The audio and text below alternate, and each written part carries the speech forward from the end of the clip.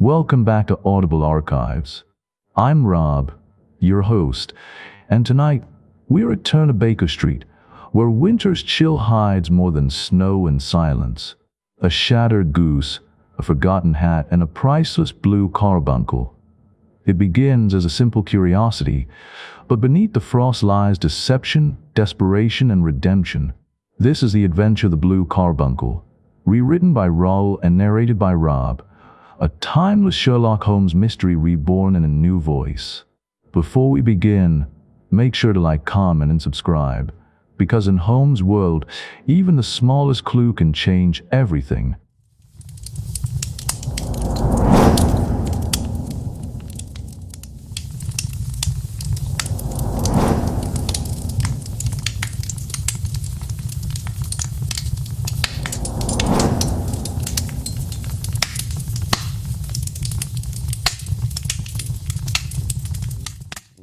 I visited Sherlock Holmes on the second morning after Christmas, intending nothing more dramatic than offering him my seasonal greetings.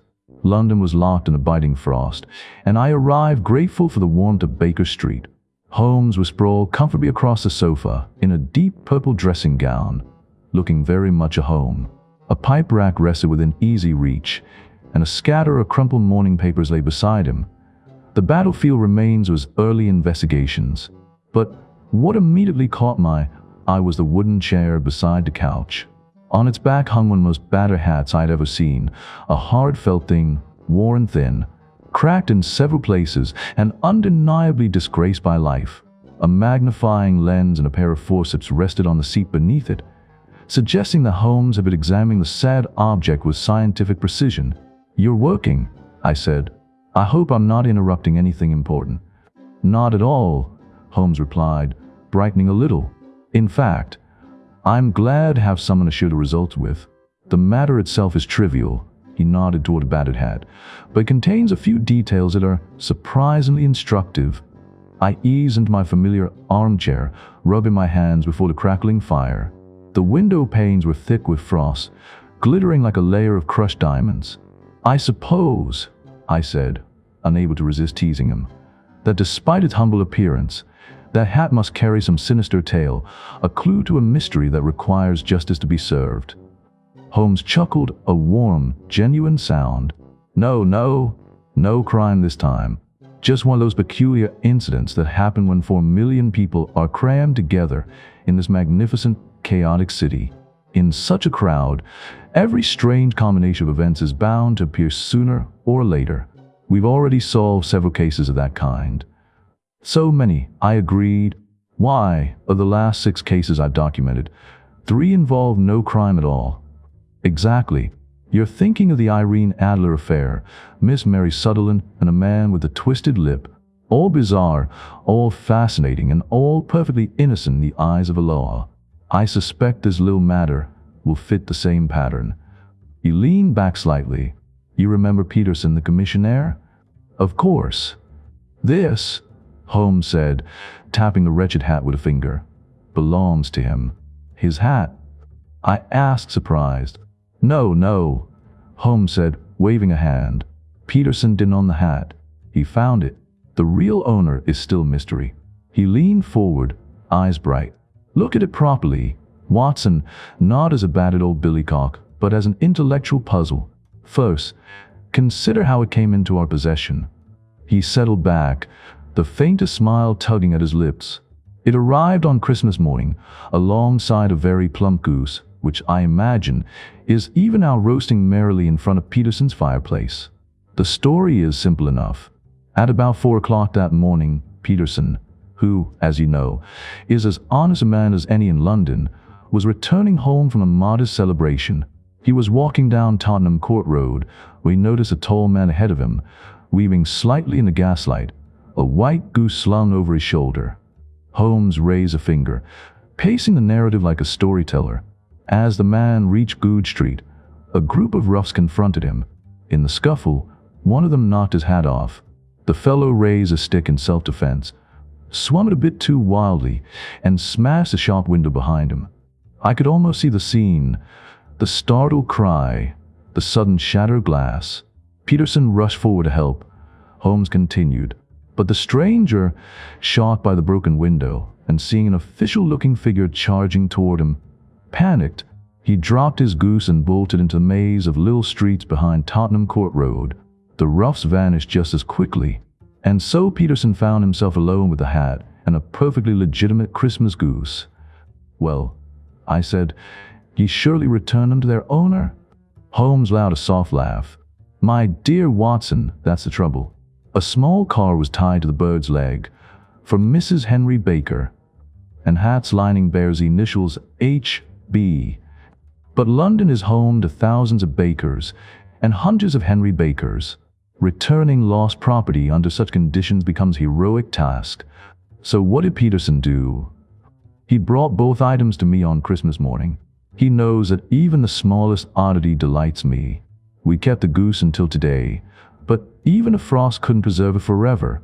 Peterson has now taken home to meet its culinary fate, leaving me with a gentleman's hat, the only surviving clue to the identity of the man who lost his Christmas dinner.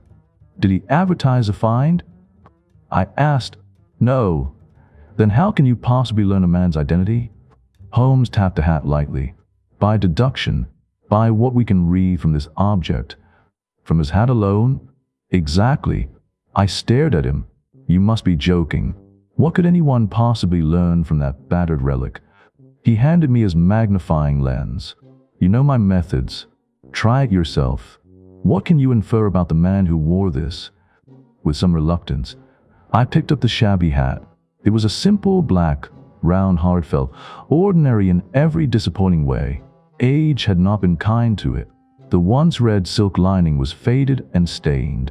There was no maker's label, only the scrawled initials HB on one side.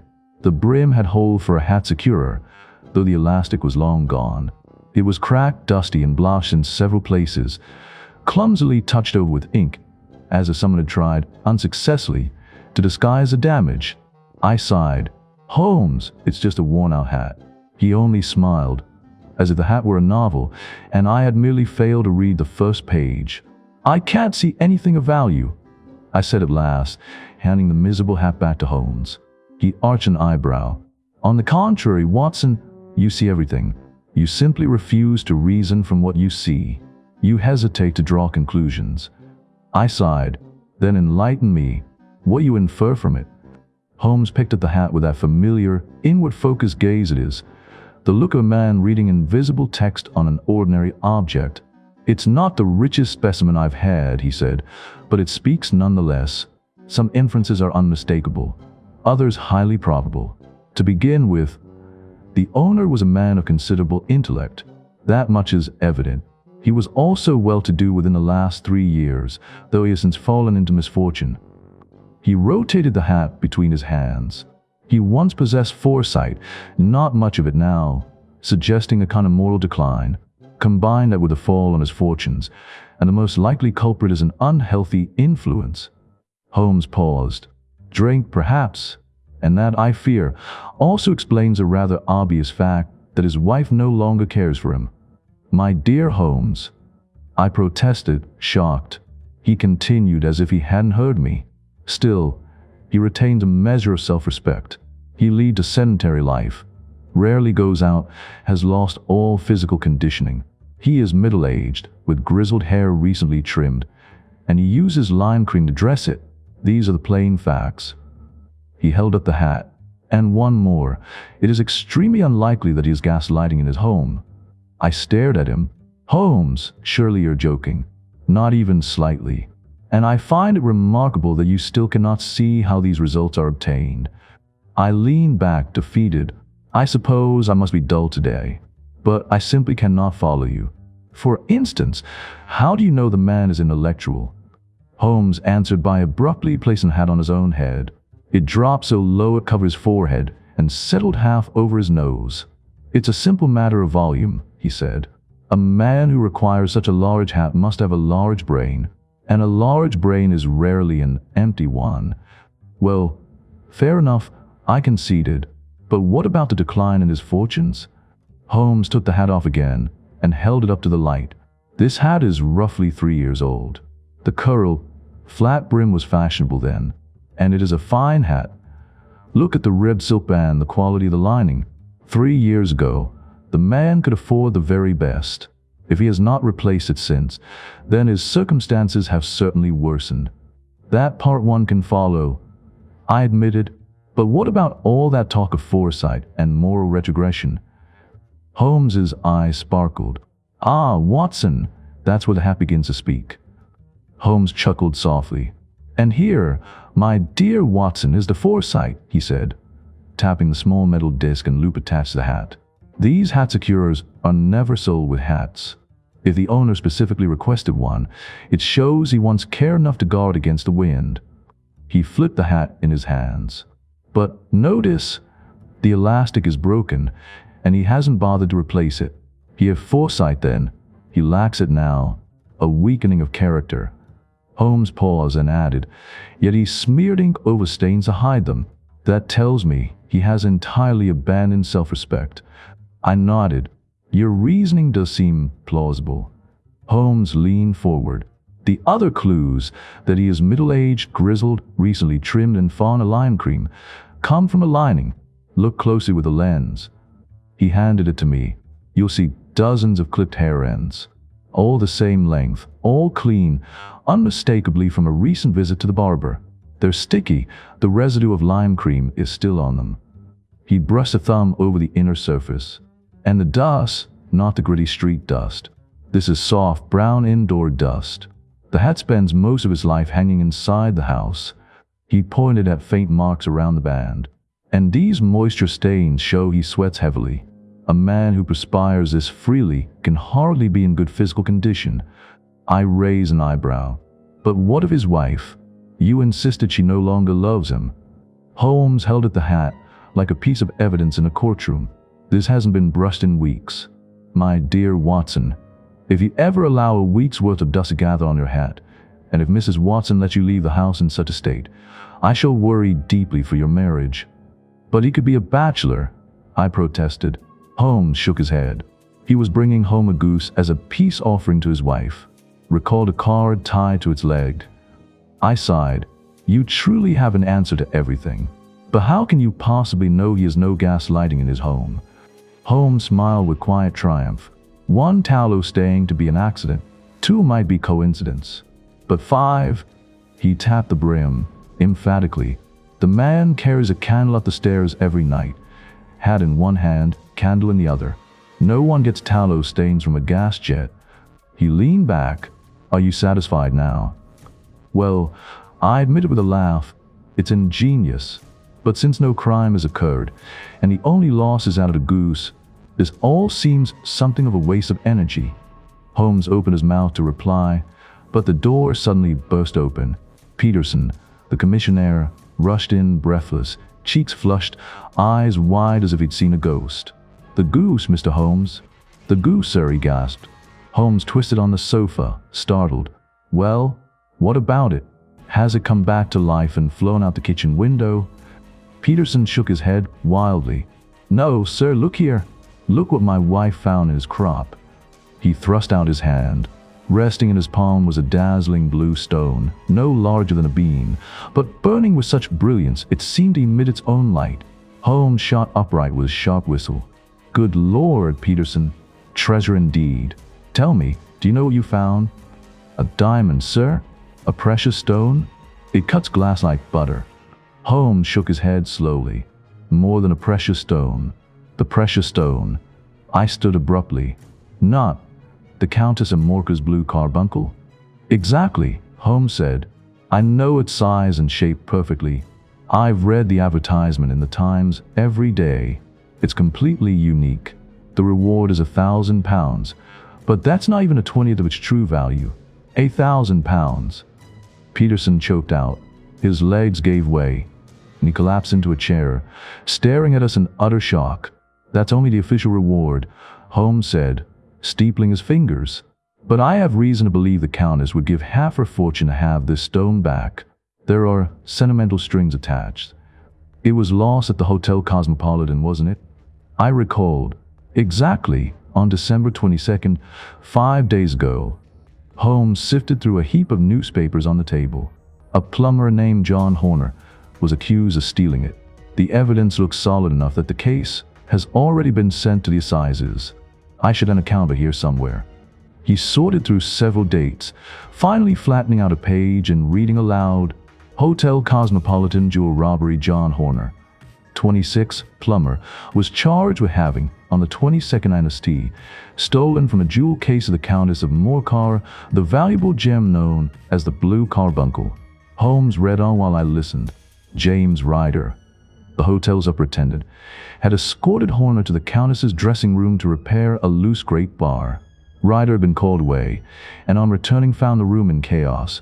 The bureau forced open, the Morocco jewel case empty, and Horner gone. The alarm was raised instantly.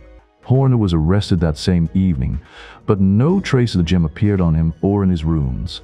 Catherine Cusack, the Countess's maid, confirmed Ryder's account. Inspector Bradstreet testified to Horner, who had a prior conviction for robbery, struggled violently and insisted on his innocence. Overwhelmed by emotion, Horner fainted as the hearing concluded. Holmes tossed the paper aside. "Well, that's the police version," he said thoughtfully. "Our task is to trace the chain of events from a ransacked jewel case to the stomach of a goose in Tottenham Court Road." He held up the shimmering stone. "You understand now, Watson. Our little deductions have suddenly become far less trivial. Here is the carbuncle. The carbuncle was inside the goose, and the goose belonged to Mr. Henry Baker, the gentleman with the unfortunate hat and the troubled life I described to you." He stood, energized. "So we must find Mr. Baker at once, and discover what part is played in this affair. The simplest method is best, an advertisement in all the evening papers. If that fails, well, we'll try more creative avenues. What will you say?" Holmes snatched a pencil and a slip of paper. "Let's see. Found the corner of Goode Street, a goose and a black felt hat. Mr. Henry Baker may recover same by calling at 6:30 this evening at 221B Baker Street." They're direct and unmistakable. "Very clear," I agreed. "But will he notice it?" "He will," Holmes said with certainty. "A man of limited means does not easily forget the loss of a Christmas goose." He ran only because he panicked at the broken window and the sight of Peterson rushing toward him. Since then he must have bitterly regretted bolting. Holmes tapped the paper, and the moment he sees his name in print, or anyone who knows him sees it, he'll be pointed straight to the notice. He handed the slip to Peterson. "Take this to the advertising agency and place it in the evening editions." "In which paper, sir?" "Oh, the Globe, Star, Pall Mall, St. James's Gazette, Evening News, Standard, Echo, any others you think of." "Very well, sir. And the stone?" "I'll keep it for now, thank you." Holmes paused and added, "And on your way back, Peterson, buy a fresh goose and leave it here. We must have one to give Mr. Baker in exchange for the bird your family is curtly consuming." Peterson nodded, still wide-eyed, and hurried out the door. After Peterson left, Holmes lifted the blue stone and held it up to the lamp. The gem caught the light and scattered it in electric sparks across the room. "A beautiful thing," he murmured. "Look at how it burns under the light. And like every great jewel, it's the center of gravity for crime. Precious stones are the devil's favorite bait. The older and larger they are, the more evil clings to them. With this one, barely 20 years old, every facet already whispers a story." He turned it between his fingers, watching it flare. "It was found on the banks of the Amoy River in southern China. It has all the characteristics of a carbuncle, except for its rare blue shade. And in its short life, it has inspired 2 murders, a vitriol attack, 1 suicide, and several robberies, all for 40 grains of crystallized carbon." He shook his head. "Hard to believe something so beautiful can pave the way to so many cells and gallows." Holmes crossed to a strong box. "I'll lock it up for now, and send word to the Countess that the stone is in our hands." I watched him shut the box. "Do you think Horner is innocent?" "I can't say." "And Henry Baker? Is he involved?" Holmes shook his head. "Far more likely he's innocent as well. The poor man probably had no idea his goose was worth more than a block of solid gold. Once he comes to reclaim his hat, I'll perform a simple test that will tell us everything. And until then, nothing at all. Well then, I said, standing. "I'll continue my rounds, but I'll return this evening. This is a puzzle I want to see solved." Holmes smiled. "Glad to have you. Dinner's at 7, a woodcock, if I'm not mistaken. And considering recent events, perhaps I should ask Mrs. Hudson to check its crop before we carve it." I was delayed by a patient, so it was a little after 6:30 when I reached Baker Street again. A tall man in a Scotch bonnet stood outside, wrapped tightly in a long coat, waiting in a halo of light spilling from Holmes's fanlight window. I arrived just as the door opened, and the two of us were shown upstairs together. Holmes rose with a warm geniality he could summon at will. "Mr. Henry Baker, I presume? Please, take the chair by the fire. It's a bitter night, and I see your circulation belongs more to July than December. Ah, Watson, perfect timing." He gestured to the chair. "Mr. Baker, is this your hat?" The man nodded. "Yes, sir, that is undoubtedly mine." He was a striking figure, large-framed, sloping shoulders, a massive head and intelligent features, tapering into a pointed beard streaked with gray. His nose and cheeks were ruddy, and his outstretched hand trembled slightly, confirming Holmes's earlier suspicions about his habits. His black frock coat was worn and buttoned tight to the throat, sleeves ending awkwardly above his wrists with no cuffs or shirt in sight. He spoke carefully, in short, precise bursts, the manner of a man used to books and thought, yet bruised by a long run of misfortune. "We've kept your possessions for several days," Holmes explained. "We expected to see an advertisement from you giving your address. Why didn't you post one?" Mr. Baker gave a sheepish smile. "Money's been scarce, Mr. Holmes. I was sure those ruffians who attacked me had run off with my bird and my hat. I didn't see much sense in spending more shillings chasing after them." "Very understandable," Holmes said gently. "And about the bird, I'm afraid we were forced to eat it." "Eat it?" Mr. Baker shot half out his chair, eyes wide. "Yes, it was already spoiling. Useless to anyone otherwise. But," Holmes continued, gesturing toward a sideboard, "this goose here is the same weight, perfectly fresh, and should serve you just as well." "Oh, certainly, certainly," Baker said, shoulders dropping in relief. Holmes continued, "Of course, we still have the feathers, legs, crop, and so on from your original bird, if you wish." The man let out a hearty laugh. "They might serve as souvenirs of my adventure," he joked. "But I can't imagine what practical use the scattered remains of my late acquaintance would be to me. No, sir. With your permission, I'll focus my attention on the excellent bird I see waiting on your sideboard." Holmes shot me a sharp, knowing look and gave a small shrug. "Well then, here is your hat, and here is your bird," he said. "By the way, would you mind telling me where you obtained the original goose? I confess I'm something of a fowl enthusiast, and I rarely see a finer specimen."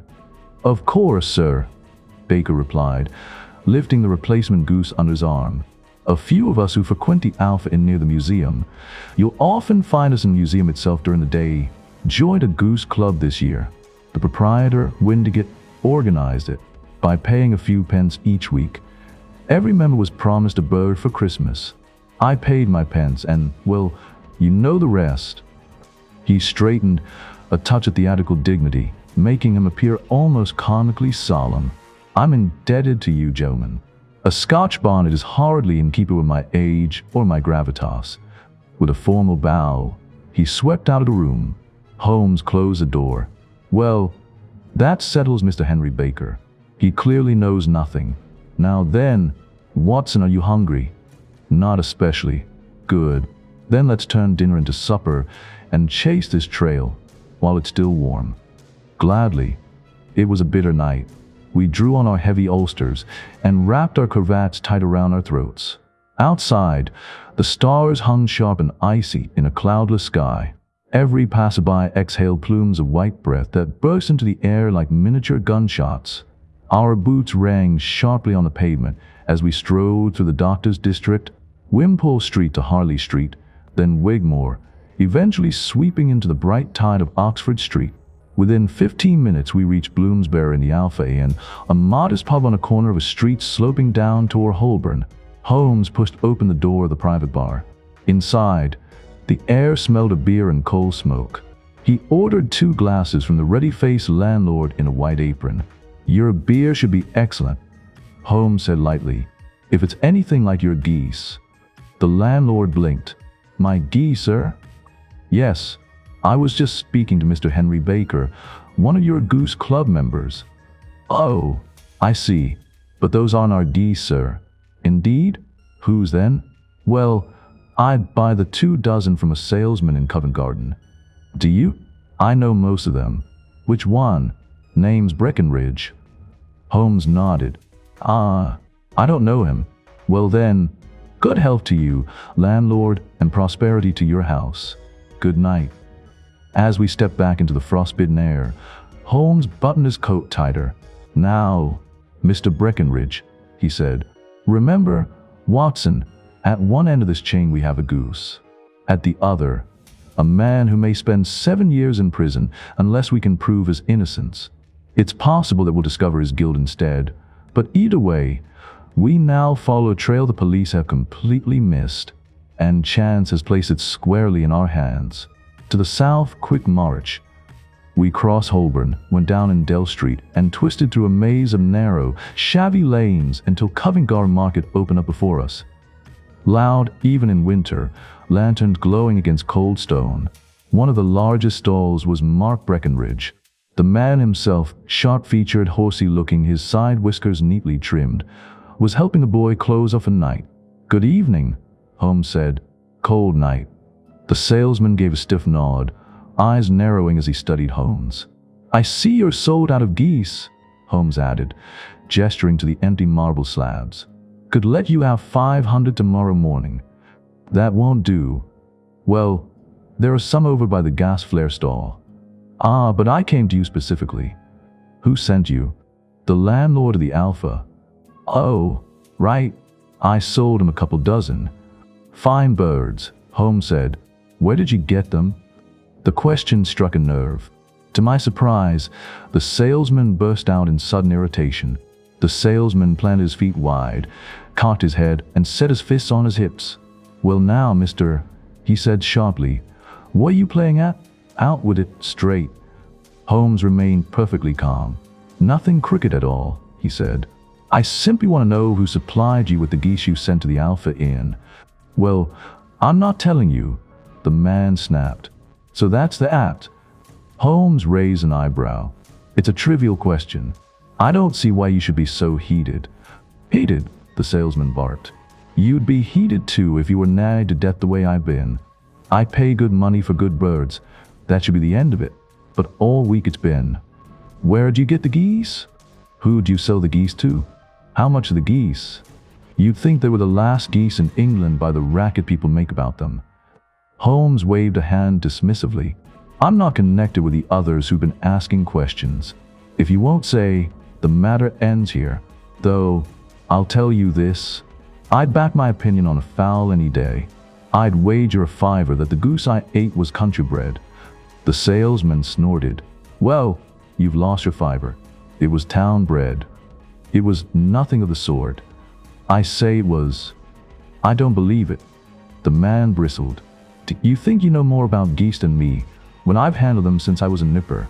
I'm telling you, every bird that went to the Alpha was town bred. You'll never get me to believe that. Will you bet on it?" Holmes gave a lazy smile. "It's practically taking your money. But yes, a sovereign, just to teach you not be obstinate." The salesman let out a grim chuckle. "Bill, bring me the books." A small boy hurried over with a thin notebook and a large, greasy ledger, placing them beneath the lamp. "Now then, Mr. Cocksure," the salesman said with relish. "I thought I was out of geese, but before we're done, you'll find I've still got one left in this shop. See this little book?" Holmes nodded. "Yes. This lists everyone I buy from. Here are the country suppliers." He tapped the left page. "Their account numbers correspond to the big ledger. And this," he flipped to a reading page, "is my list of town suppliers. Now, what's the third name?" Holmes read aloud, "Mrs. Oakshott, 117 Brixton Road, 249. Right. Now check the ledger." Holmes flipped to the entry. "Mrs. Oakshott 117 Brixton Road, egg and poultry supplier. And the last entry? December 22nd, 24 geese at 7 shillings 6. Exactly. And underneath, sold to Mr. Windiger the Alpha at 12 shillings. The salesman folded his arms smugly. Well, anything to say now? Holmes looked genuinely offended by losing the wager. He pulled a sovereign from his pocket and slapped it onto the slab, then walked off with a dignified air of a man who's been deeply wronged. A few yards away, he stopped beneath a lamppost and burst into one of his quiet, infectious laughs. When you see a man with whiskers trimmed like that and the pink unsticking out his pocket, you can always hook him with a bet, he said. Had I offered him £100 outright, he'd never have told me half so much as he did when he thought he was fleecing me. He tucked his coat tighter. Well, Watson, I think we're near the end of our trail. The only question left is whether we should visit Mrs. Oakshott tonight or leave it until morning. According to that ill-tempered fellow, others beside us are digging into this matter, and I should... Holmes's words were abruptly drowned out by a loud commotion erupting from the stall we had just left. We turned to see a thin, rat-faced little man standing in the center of the yellow pool light cast by a swinging lantern. Breckenridge, framed in the doorway of a stall, was shaking his fists furiously at him. "I've had enough of you and your blasted geese," the salesman roared. "I wish every last one of you were at the devil. Come bothering me again with your nonsense, and I'll set the dog on you. You bring Mrs. Oakshott here, and I'll answer her. But what's it to you? Did I buy the geese from you?" "No," the little man whined, "but one of them was mine all the same." "Well then, ask Mrs. Oakshott. She told me to ask you." "Well, you could ask the King of Prussia for all I care. I'm done." "How? Go on, get out of here." He lunged forward, and the terrified inquirer scuttled off into shadows. Holmes's eyes gleamed. "This may save us a trip to Brixton Road," he whispered. "Come, Watson, let's see what we can make of this fellow." Holmes pushed swiftly through the knots of people lingering around the glowing stalls. He caught up with the little man easily and tapped him on the shoulder. The fellow spun around, his face drained of all color. Who are you? What do you want?" he stammered. "You'll forgive me," Holmes said pleasantly, "but I happened to overhear the questions you put to that salesman. I believe I might be able to help you." "You..." The man's voice trembled. "Who are you? How could you know anything about this?" "My name is Sherlock Holmes. It's my business to know what others do not. But surely you can know nothing of this matter?" Holmes smiled. "On the contrary, I know everything. You are attempting to trace a certain group of geese sold by Mrs. Oakshott of Brixton Road to a salesman named Breckenridge, from him to Mr. Windiger the Alpha Inn, and from him to the club of which Mr. Henry Baker is a member." The man's eyes widened.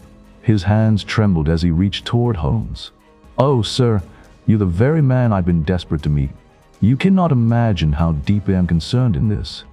Holmes hailed a passing four-wheeler. "Then let's speak somewhere warmer than this icy marketplace," he said. "But first, may I know whom I have the pleasure of assisting?" The man hesitated. "My name is John Robinson," he said, avoiding Holmes's eyes. Holmes shook his head gently.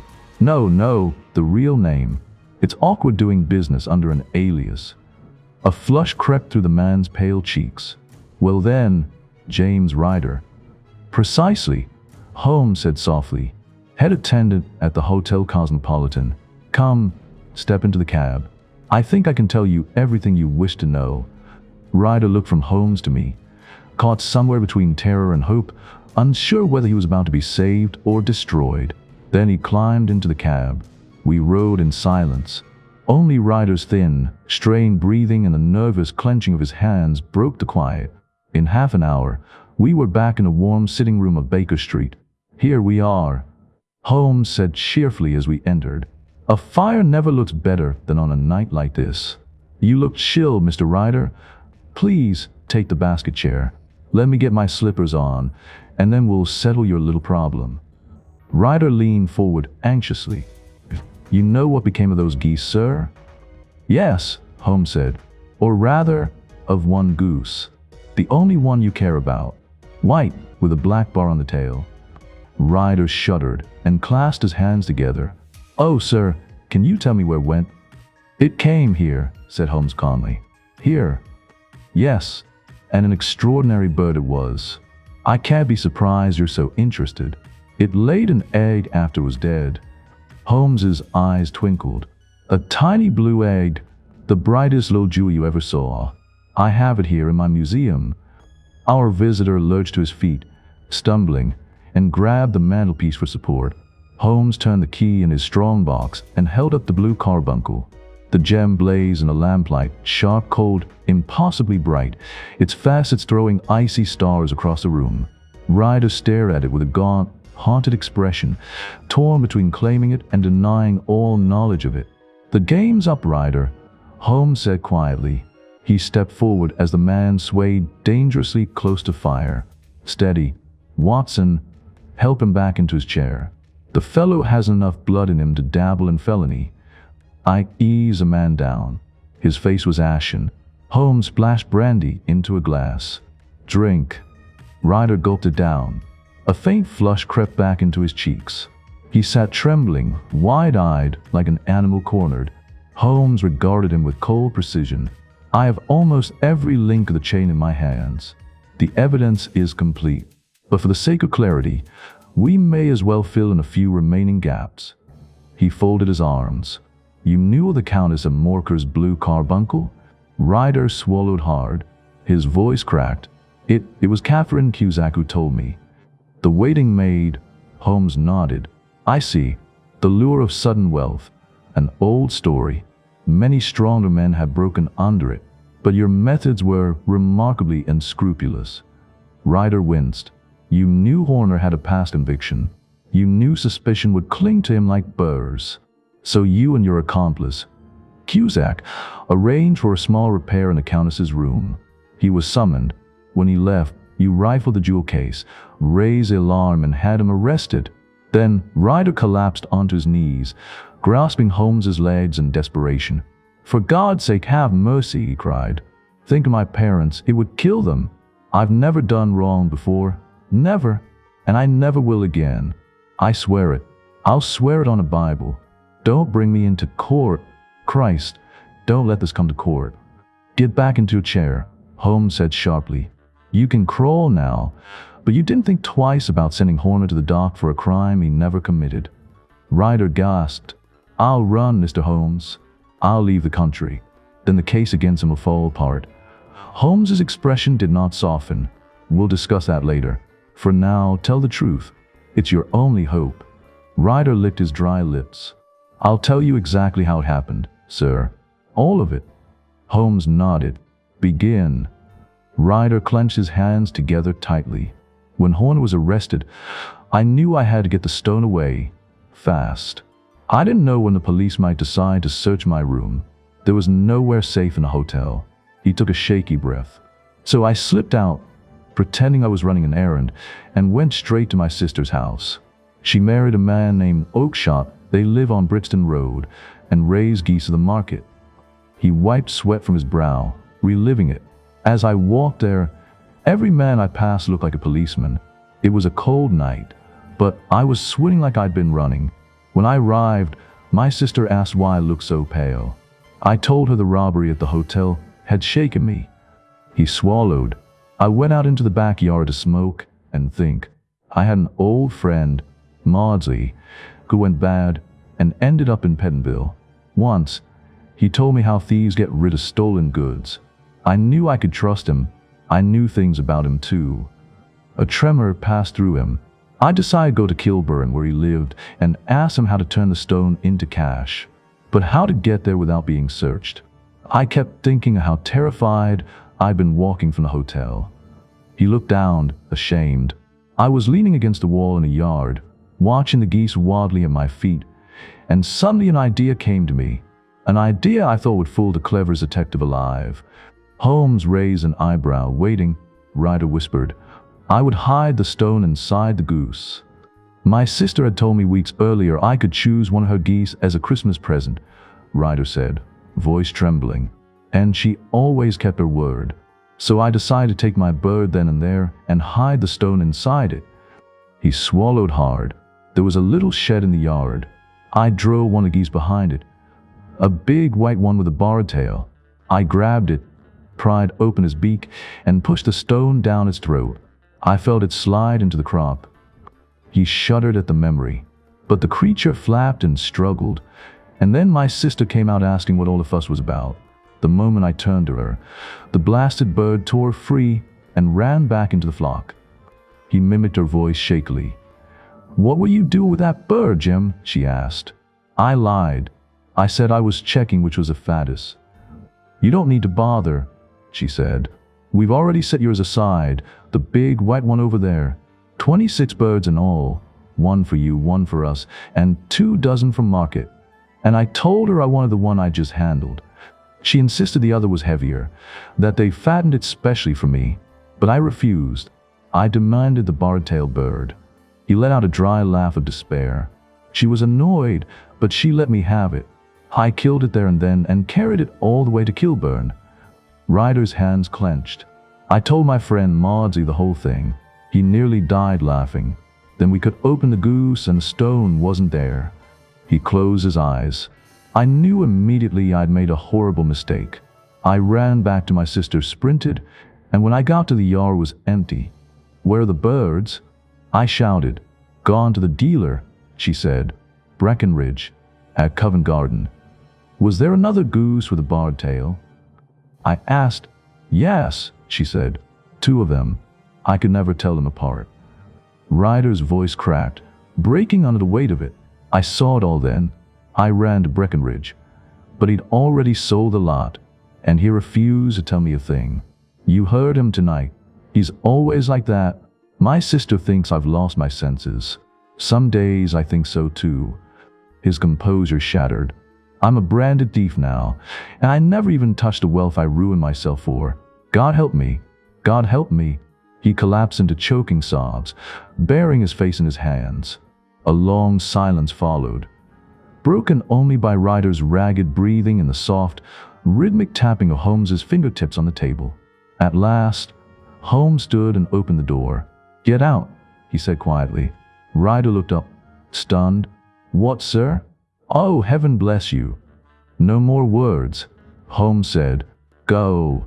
Ryder bolted. A clatter of feet down the stairs, a slam of the door, and the hurried patter of footsteps disappearing into the street. Holmes reached for his clay pipe. "After all, Watson," he said calmly, "I'm not employed by the police to fix their oversights. If Horner were truly in danger, that would be different. But Ryder won't testify. The case will collapse." He lit the pipe, the match flaring briefly. "Perhaps I'm committing felony. Or perhaps I'm saving a soul. That man will not offend again. He's far too frightened. Send him to prison now and he becomes a criminal for life." Holmes leaned back with a sigh. "And besides, it is the season of forgiveness. Fate dropped a curious, whimsical little problem into our laps tonight, and solving it is reward enough. Now then, if you'd be so kind as to ring the bell, Doctor," he smiled faintly. "We have another investigation waiting, and wouldn't you know it, another bird is at the center of it."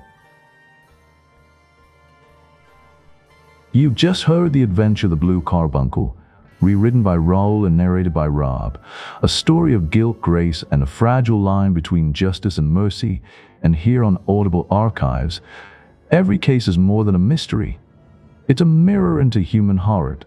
If you enjoyed this retelling of Holmes and Watson's winter investigation, don't forget to like, comment, and subscribe, because the game is far from over and the next mystery awaits.